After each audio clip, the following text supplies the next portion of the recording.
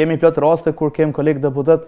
ne kemi propozuar projekt ligje, kemi shty procese të rëndësishme para, edhe kur media se ka fokusu punën tonë. Ka ardhur një deputet nga jashtë, ka hyrë ran, ka fol, ka ofendu, ka shoh, ka përdor një fjalor jo të përshtatshëm me kuvendin, edhe ai ka qenë temë e krejt medjave. Ka ndodhur në të kaluamën kur deputeti ka filluar mandatin e ka mbyll, ka ndodhur që na kena mujt mos me njoft një deputet për shkak që ai ka qenë total pasiv. Nuk do me thonë një deputet që duhet me dalë vazhdimisht me fol, lidhje pa lidhje, veç mu dok interesant. Për shembull, kemi plot raste kur kem kolegë deputet,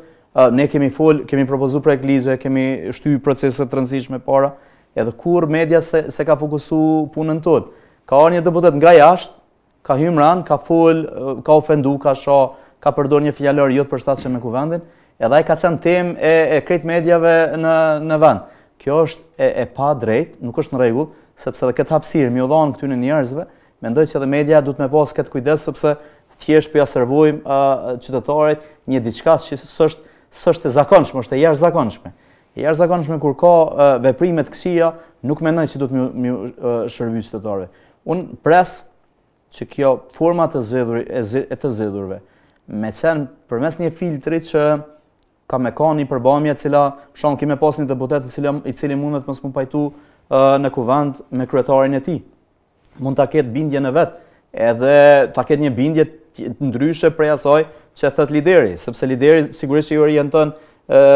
orienton politikat e veta për interesit të tij, por është e pamundshme për shembull deri 20 deputet ose 30 deputet secili me u pajtu me krejt ato që thot, sepse ka deputet që mund të mendojnë ndryshe, të veprojnë ndryshe. Dhe këtu në momentin që dikush mendon ndryshe, shpesh pallet ose tradhtor ose ju apen epitete, unë mendoj që ky profil i të zgjedhurve duhet me ndryshu si formë. Nëse po pajtohemi që ka ra niveli i kuvendit, i deputetëve që janë aty, për shembull, në për legjislatura që kanë rrjedh vazhdimisht. A mund të jetë kjo pasojë,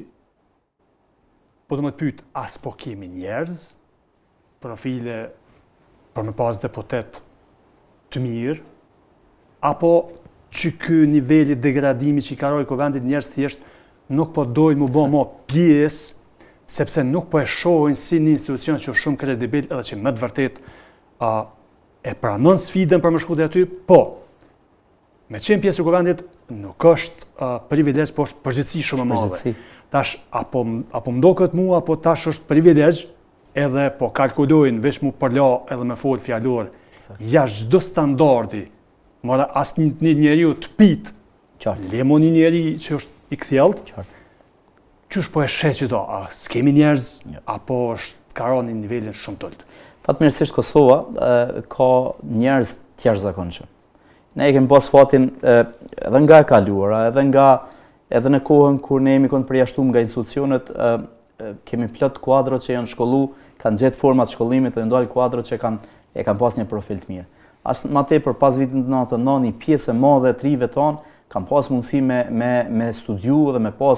bo një profil të mirë politik e profesional edhe në universitetet më të mëdha botërore.